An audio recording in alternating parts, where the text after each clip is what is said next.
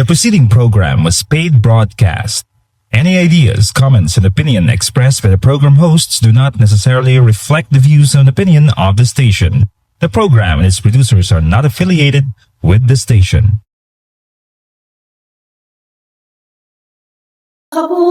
Maayo nga adlaw sa inyo nga tanan, mga abyan kag utod sa Ginoo. Nagapalayag naman sa kanginan, ining aton matag adlaw nga palatuntunan, tinapay sang kabuhi.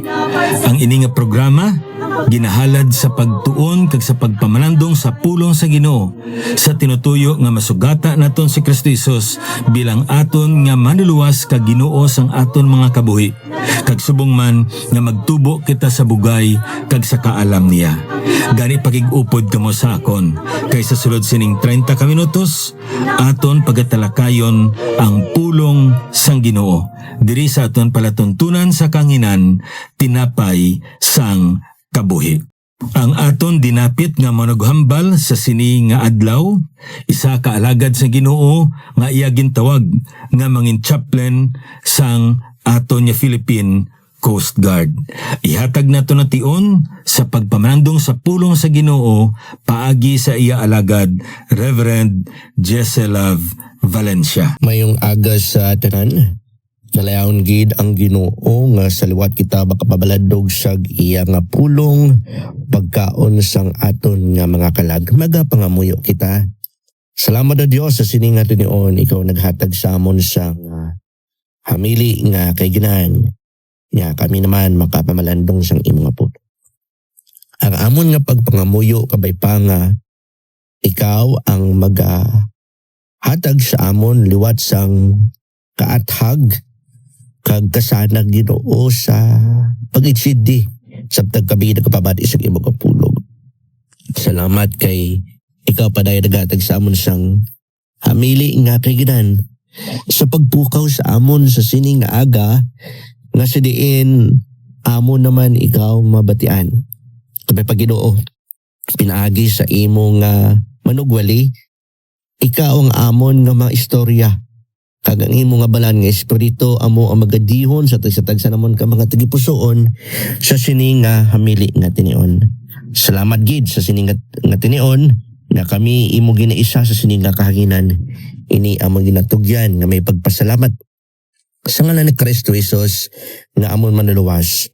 Amen kag amen. At mayong aga sa tanan, ang tigulo sang aton nga pagpamalandong sa pulong sang Ginoo, pagpangabudlay kag pagtuo sa pagtubo.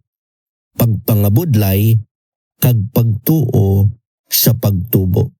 Mga utod, aton buksan ang pulong sang Ginoo kag basahon diri sa Jaime o kon James chapter 1 verses 2 to 4. Verses 2 to 4. Mga utod, dumdumon ninyo nga akon kamo atubang sang lain-lain nga pagsulay.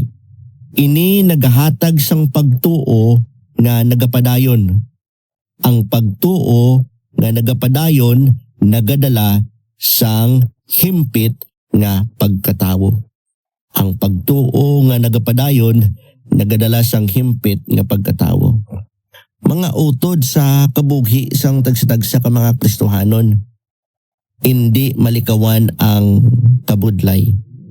Siguro gani samtang ikaw nagapamati subong may ara ikaw sang imo man nga bahin sang kabudlayan.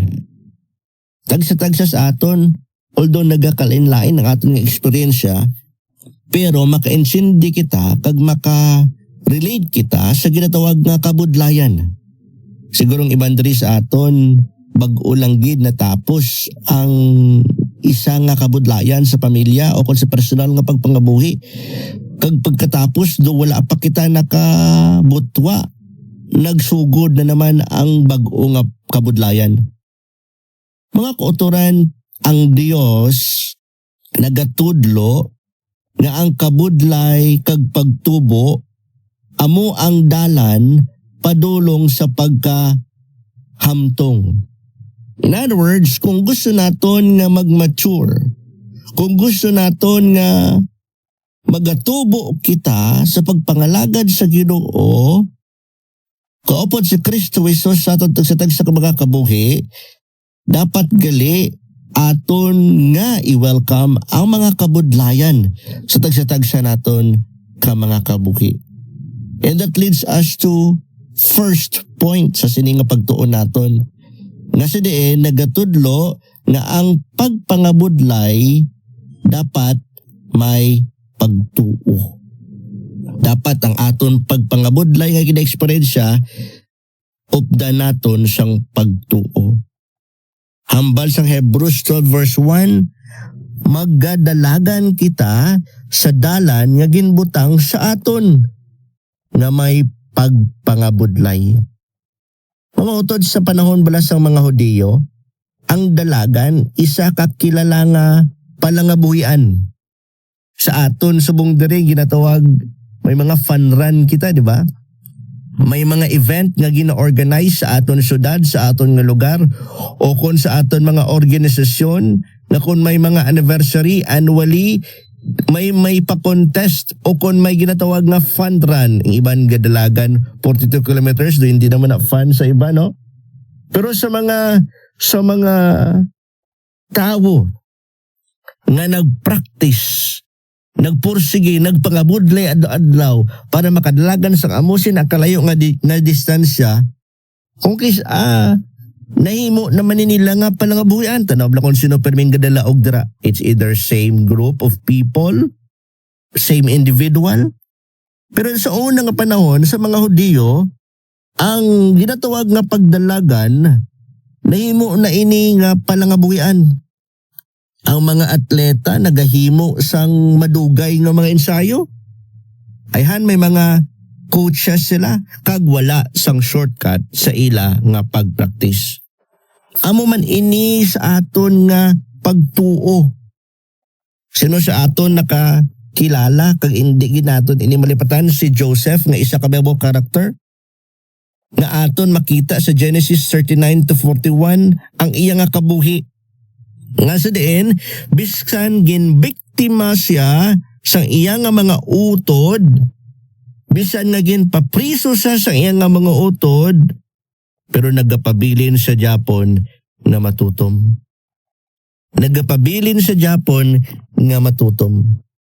Mga kulturan sa kultura, sa practice ng Ehipto, sa unang nga panahon, sa time ni Joseph, ang mga priso wala na isang paglaom. Sa aton subong may nga parol pa kita, di ba? Kung maayong imo nga performance sa sulod sang prisohan, pila ka adlaw, basi makagwa ka man eh. Pero si Joseph, bisan wala siya sang paglaom nga makagwa, nagapadayon siya sa pagtuo, kag padayon nga nagapangalagad sa Dios. Bisan wala siya sa sulod sang templo, wala siya sa sulod sang simbahan, bagkus ara sa dito sa four corners sa ginatawag nga prisuhan. Mga utod, ano ba lang aton nga makuha diri sa kabuhi ni Joseph? Kung may kabudlay sa imo pamilya, may kabudlay sa imo nga trabaho, o kung ga-struggle kasubong sa imo nga pagtuo, sa imo nga pagpangalagad sa Ginoo, padayon lang. Padayon lang kita. Kay ang Dios nagatan-aw sa imo nga pagpangabudlay. Hindi lang kita magpangabudlay nga may pagtuo, kundi magatuo kita nga pwede pa kita magtubo sa kabuhi naton. Ang bonsai lang na ang way gatubo. Mas kanang bonsai gani gatubo, mas galing asta lang dira, di ba? Hambal sang 2 Peter 3:18, magdako kamo sa grasya kag kahibalo or ihibalo sang aton Ginoo. Sa panahon sang mga rabay, ang pagtudlo hindi lang para sa kaalam, kundi para sa pagbag-o sang kabuhi. Tandaan naton, siyan ang mga teachers. Ayhan may nagapamati diri sa aton kay ikaw isa ka maestra. You can relate to this. Nga wala lang kamo gatudlo para may mabalaan lang ang aton nga mga estudyante. Bisan pang mga ginikanan, ano ang rason nga ginatudloan mong bata mo? Para makabalo? Para may nabalaan? Hindi. We teach so that we can impart wisdom and knowledge, and in return, this will change the life of our students. This will change the lives of our children. Kaya nga man, ang disiplina nagadala sang pagtubo. Ang pagdisiplina nagadala sang pagkahamtong. Si Peter, sang nagsugod siya nga makasala. Sang ginpanginwala niya si Jesus, wala siya ginuntatan sang Ginoo. Wala siya ginpasagdan sang Ginoo. Kag ano ang katapusan sa iyang kabuhi? He grew up nga isa ka leader sang iglesia. He grew up to be a pillar of faith.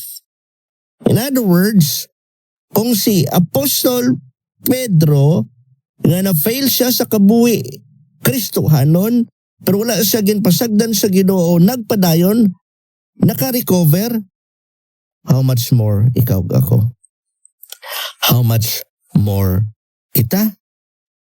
Sa una nga panahon sa kabuhi sa mga disipulo, ang rabay nagatudlo sa ila nga magtubo paagi sa pagpraktis sang ilang nga mga nabalaan kag pagtuo.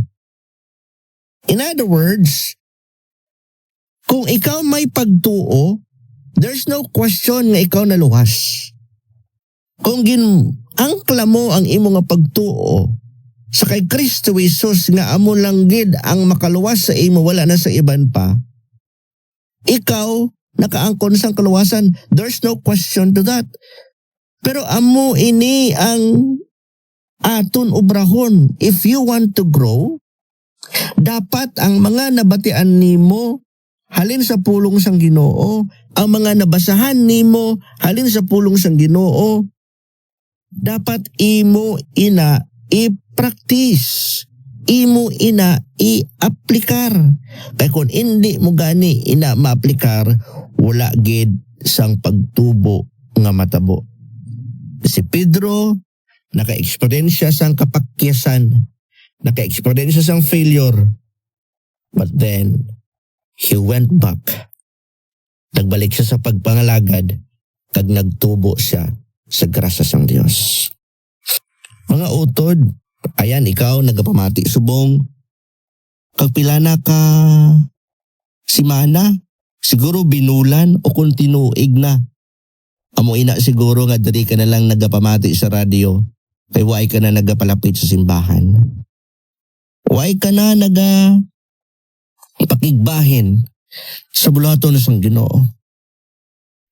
Wala ka na upod sa kung anuman ang bulaton sa aton simbahan. Kung may sala o kapakyasan kita nga nahimo sa kabuhi naton kag sa bulaton, hindi magpabilin nga amo sina. Kaysa sininga tinion ginambalan ikaw sang Dios, magtuo nga pwede pa kita magtubo sa grasya sang Dios. Failures in the ministry, failures in our personal lives do not define us. What will only define us is the grace of God, which is greater than our weakness. Grace greater than our sins. And that leads us to our third point, ang spiritual nga pagkahamtong. Ang aton nga pagpangabudlay sa pagpangalagad, pagpangabudlay nga may pagtuo, pagpangabudlay nga may magtuo, magadala ini isang spiritual nga pagkahamtong. Ano ba lang ginahambal sa Philippians 3:13-14? Philippians 3:13-14. Nagapaninguha ako sa pagpadayon sa unhan, agod makabot ko, makuha ako ang premyo na ginahatag sang Dios. Makuha ako ang premyo na ginahatag sang Dios. Sa panahon sang Roma, ang mga atleta nagadalagan padulong sa premyo. Ug ang premyo amo ang korona nga ginahimo para sa ila. Kita mo na ang laurel, mo na ang korona sang dahon.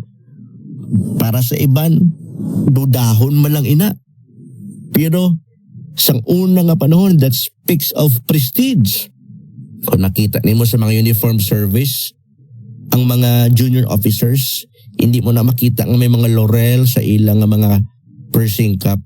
But as they progress in the ranks, as they progress in their career in the uniform service, when they become senior officers, dra mo na makita na may mga laurel, may prestige ang ilaga career. In the same way diri, sa una nga panahon, sa mga manong dalagad, ini nagahatag sa confidence, ini nagahatag sa boost, ini nagahatag sa pride. Sa mga manong dalagad nga wala nag-untat nagpadayon asa makalabot sila dito sa finish line. Pero si Pablo, ginagamit niya ini nga pagpaanggid nga atod kabuhi no kaangay man sa manong dalagad. Kagang preview ato na actually nabatod. Ang preview sa tagsa-tagsa ka mga Kristohanon nga manong dalagad. Wala pa kita nakalabot sa katapusan, kita na kita preview sa Ginoo ang kabuhi nga wala sa katapusan. Kag kamay pa nga ang kabuhi nga wala sa katapusan, ginhatag sa aton sa Ginoo, amo ang magahatag sa aton sa kusog para kita makapadayon. Hindi nga mag-untat kundi may kusog para makapadayon kag mga padayon sa katuga sa kabudlayan. Magapadayon sa tuga sa kakapoy. Magapadayon sa tuga sa kasakit. Magapadayon sa tuga sa discouragement. Magapadayon kabisan kita lag ang nagapadayon. Mga kauturan, dapat magapadayon kita. Magatubo kita sa grasya sa Diyos. Kay diri aton ma-experiencehan ang pagbago. Kung kita maging consistent sa pagtuo kag pagtubo, dara makita naton ang maturity sa tagsa-tag sa kakabuhi naton espiritual. Mayara sang isa ka aplikante sa uniform service.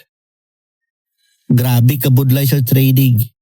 Hindi lang kusog ang iya kinahanglan, kundi pagtuo nga pwede niya malampasan ang training. Tungod sa disiplina, siya nakalapuwas, siya nakatapos, kag subog full-fledged na siya na uniform service. Ang kabuhi sa isa ka Kristohanon, perbila kita gina-experience ang pagtilaw.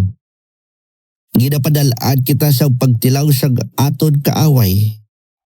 Nga ginadibati ang Ginoo nga matutob lang na siya sa imo kay imo siya ginablas, just like Job. Ginaalaw ina sa Ginoo kay kabalo ang Ginoo nga sa mga tastings pagtilaw nga gina-experience naton, kayang-kaya na naton kay arang Dios. Dapat hindi kita matiplag, hindi kita mag-untat, hindi kita mag-atras. Pag-autod ang kabuhi bilang Kristohanon, hindi ini-sprint, kundi marathon. Hindi para sa dasig. Miskan hiday lang kita, pero baga padayon. Nagalakat, nagaantos, pero gapadayon. Kaya ang Diyos, nagahatag sa kusog, kag oportunidad, nga magtubo, pag maghabtog. Mag-autod ato talupag nun, ang pagpagabudlay, dapat may pagtuo.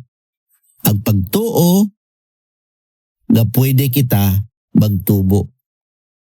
Pagod sila, nagadala ini sa pagkahaptog. Mga utod, may pabagkot ako sa imo.